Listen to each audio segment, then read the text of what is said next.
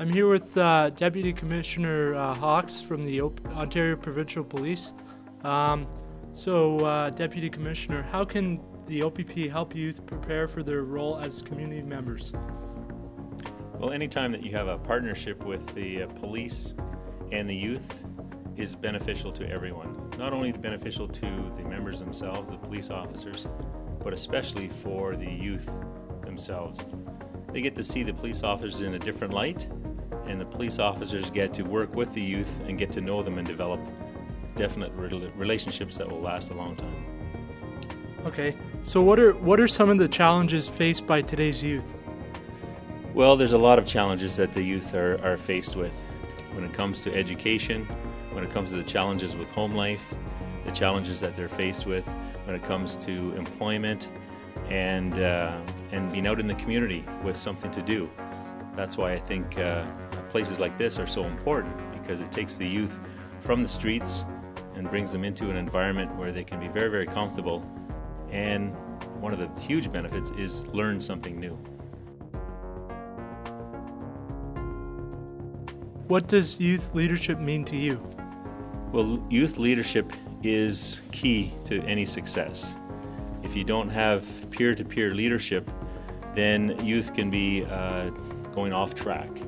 And so youth relate to youth.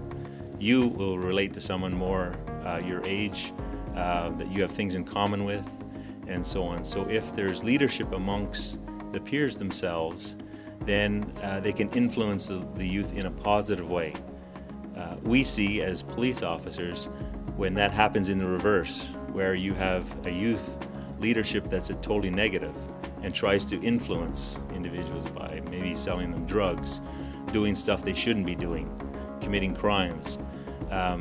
So that's why you need positive youth leadership in order to make sure that things happen in a positive way. Would you like to share a recent success story about youth in the community? Well, there's lots of success stories, but because our regional headquarters or a general headquarters is in Orillia, we've seen that there's a huge success story in utilizing youth within the community to step up their efforts in drug awareness.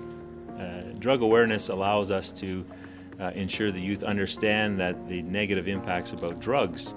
And so instead of the police officer being the one to constantly tell people how bad it is, you get youth mentors do that, and that becomes very, very successful. So how can we improve relations between police and the youth community? First of all, you need interaction, and that interaction has to come from both sides agreeing that to at least look at other areas from a different perspective.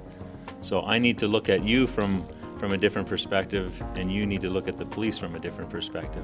And if you're willing to do that, then you're on the road to success. But you have to be willing to actually do that. You have to be willing to step up and take on that challenge and learn from that perspective going forward. Okay, I have one last question.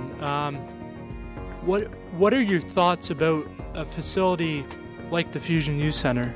Just give us some brief thoughts. That's a very good question. When I first came here, I knew nothing about this Fusion Center. And having toured the facility and met the staff, this is one of the most remarkable facilities that I've ever seen for youth.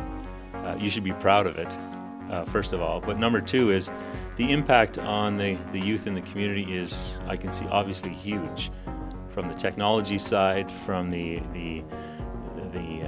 food side, the place for youth to go, I see all of that as extremely positive.